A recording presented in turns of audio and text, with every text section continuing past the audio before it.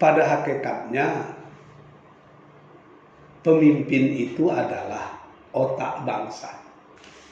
Konsep kepemimpinan dalam Islam memang menjadikan pemimpin sebagai pelayan. Sayyidul qaum khadimuhum. Pemimpin suatu kaum adalah menjadi pelayan bagi mereka.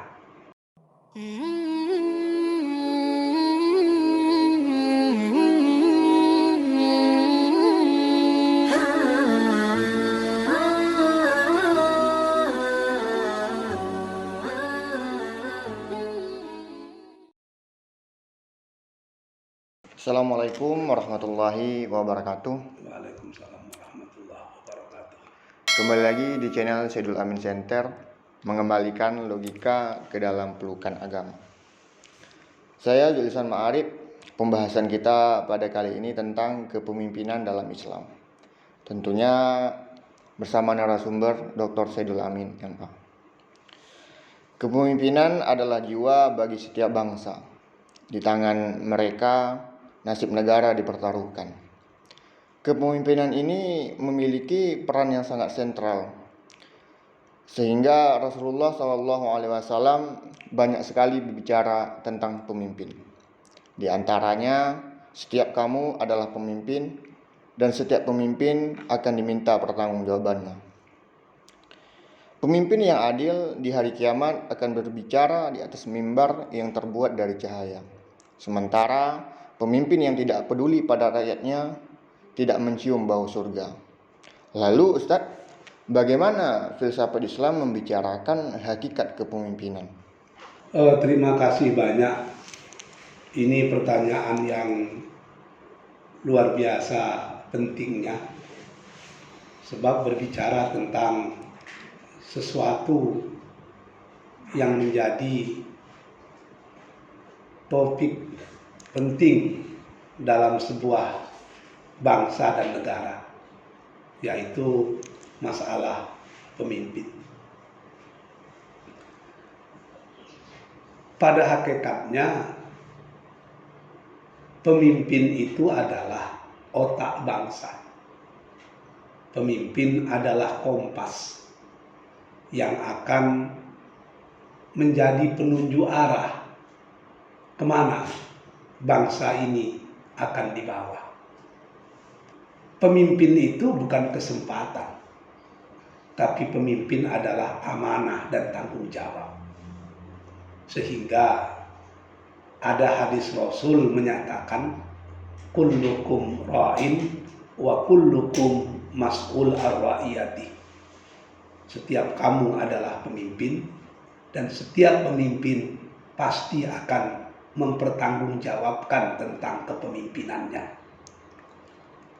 Pertanggungjawaban itu bukan sekedar pertanggungjawaban di dunia, tapi yang paling berat itu adalah pertanggungjawaban di akhirat. Coba kita bayangkan, kalau penduduk Indonesia ini 250 juta misalnya, maka seorang pemimpin akan menunggu kerelaan dari 250 juta orang. Kalau ada 1, 2, 3 saja yang merasa dizolimi, maka pemimpin tadi akan tertunda masuk ke dalam surga. Dalam istilah modern ada yang disebut dengan servant leadership atau pemimpin melalui pelayanan. Lalu bagaimana Islam memandang hal tersebut? Apa yang dikatakan Zul Ihsan itu benar. Konsep kepemimpinan dalam Islam itu memang menjadikan pemimpin sebagai pelayan. Ini yang dikatakan dalam salah satu syair Arab, Sayyidul qaum khadimuhum. Pemimpin suatu kaum itu adalah menjadi pelayan bagi mereka. Mengapa demikian? Seorang pemimpin sejati itu adalah orang yang menderita. Itu ungkapan yang selalu disampaikan oleh founding father kita, Haji Agus Salim. Pemimpin itu menderita. Kenapa demikian? Sebab seorang pemimpin dia sudah selesai dengan dirinya. Dia sudah selesai dengan keluarganya. Yang dipikirkannya adalah bagaimana nasib bangsanya.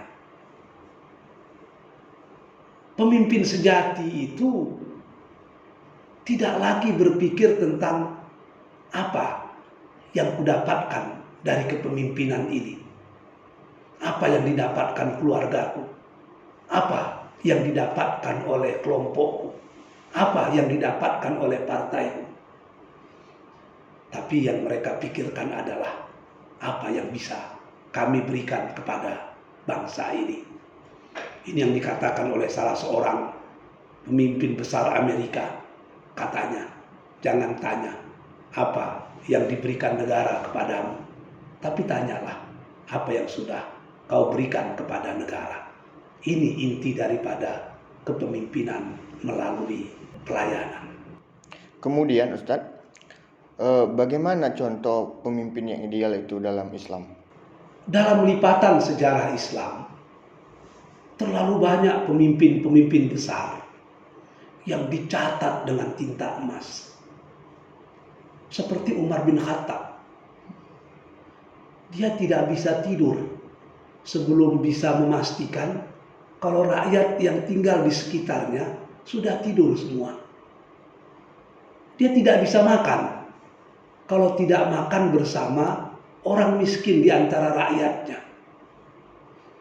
Dia tidak bisa membeli gandum yang gandum itu tidak mampu dibeli oleh rakyatnya. Sehingga setiap pagi sebelum dia beli gandum, dia ke pasar dulu. Bertanya kepada para penjual gandum, mana jenis gandum yang paling banyak dibeli masyarakat hari ini. Gandum itulah yang dibelinya.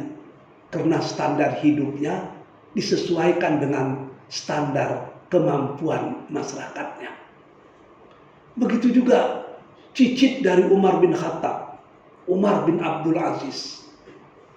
Seorang khalifah hebat yang sebagian sejarah menyatakan dia Khalifatul Rasyidin yang kelima. Karena sangat jujur, sangat cerdas. 2 tahun lebih memerintah. Tidak ada orang yang mau lagi menerima zakat di tempatnya. Orang sudah berpikir bagaimana membayar zakat. Dia mampu merubah mindset masyarakatnya dari mindset penerima menjadi mindset pemberi. Dari mindset tangan di bawah menjadi tangan di atas.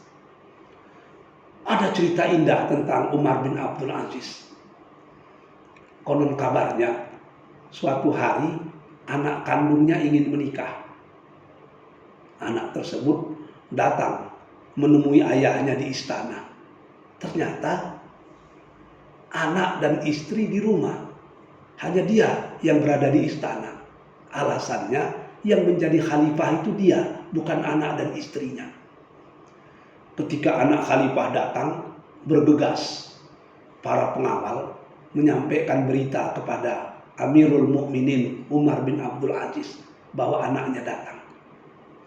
Umar menyambut anaknya. Anaknya pun ingin bertemu dengan ayahnya. Sebelum anaknya masuk, Umar menyatakan, "Stop, tunggu dulu." Anaknya terkejut. "Ada apa ya? Tolong ceritakan pada ayah. Kau datang ke istana ini bicara masalah keluarga atau bicara masalah negara?" Sang anak menjawab, "Saya mau menikah. Saya mau bicara urusan keluarga kita." "Oh, tunggu dulu." Dimatikannya lampu istana. Dibawanya anaknya keluar. Di bawah pokok kurma yang gelap, dia bertanya, "Apa masalah yang ingin kau sampaikan pada ayah?" Anaknya menangis. "Ayah, engkau presiden, engkau Amirul Mukminin, engkau khalifah, dan aku anak khalifah. Masa membicarakan urusan keluarga khalifah kita harus di bawah pokok kurma, bukan di dalam istana?" Umar bin Abdul Aziz menjawab, "Putraku, istana itu milik negara. Semua fasilitasnya dibiayai oleh negara. Apakah wajar kita berbicara urusan keluarga kita di tempat yang semua fasilitasnya dibiayai oleh negara? Mungkin rakyat tidak tahu, nak. Tapi aina Allah, di mana Allah, wahai anak Ini contoh pemimpin sejati yang sudah lepas dari dirinya, yang dalam otak dan benaknya berpikir bagaimana memajukan bangsa dan negaranya. Pemirsa yang berbahagia, pemimpin adalah ruh bagi bangsanya, yang memimpin melalui pelayanan, sehingga menjadi panutan bagi masyarakat yang dipimpinnya. Thanks for watching.